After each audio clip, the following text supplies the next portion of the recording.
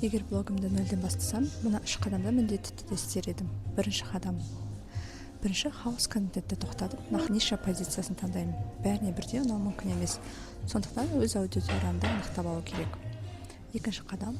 Тек әдемі видео емес, видеоны түсіруді қойып, адамдардың мәселесін шешетін пайдалы контентке көшемін. Эстетика емес, нәтижесі дамын. Яғни әр видео бір пайда беру керек. Үшінші қадам. Көрілім. Яғни просмотр емес, сатылым әкелетін жүйелі барыңғы құлауым. Әр рилс сенің кассана ақша түсіруі керек. Осы 3 қадам кез келген табысы блогтың іргетасы. Сенде қазір қайсысы ақсап тұр? Пікірге жаз, бірге талқылайық. Әйел адам үшін ең қиын нәрсе тұрмыстың арасында жүріп өзін жоғалтып алмау. Мен де сол кезеңнен өттім. Үй тірлігі, бала тәрбиесі. Бір күн айнаға қарап өзімді танымай қалдым. Менің де армандарым, мақсаттарым бар еді ғой. Бірақ дәл осы жоғалту менің ең үлкен трансформацияма себеп болды. Мен өзімді қайта жинадым. Бәрін қалай бастағанымды келесі видеода айтамын. Сен білімдісің, тәжірибең де бар, бірақ неге адамдар саған емес, басқаларға барып жатыр? Себебі сен эксперт болып көрінбейсің. Блогта тек лайфстайл жүргізесің, немесе тек құрғақ ақпарат болса, сенім болмайды. Эксперттік позиция бұл сенің ойлау жүйемен нәтижең. Сен нәтижең сөйлеу керек, сен емес. Неге? Сенімен ешкім сатып алмайды.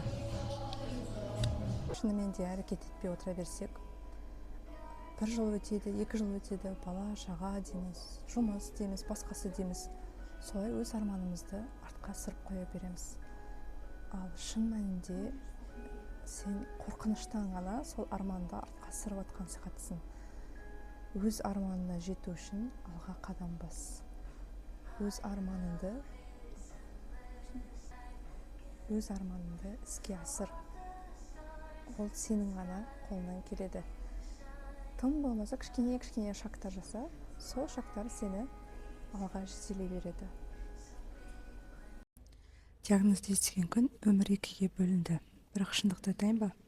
Қабылдау сол күні болған жоқ. Алғасында шок, сосын үміт, сосын жоққа шығару, одан кейін чудо іздеу.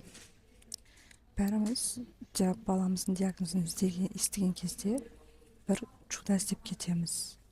Қандай да бір дәрінің, қандай да бір уколдың, қандай да бір дәрігердің бізге көмектескенін қалаймыз. Ал шын мәнінде ол уақыт жоғалту екен.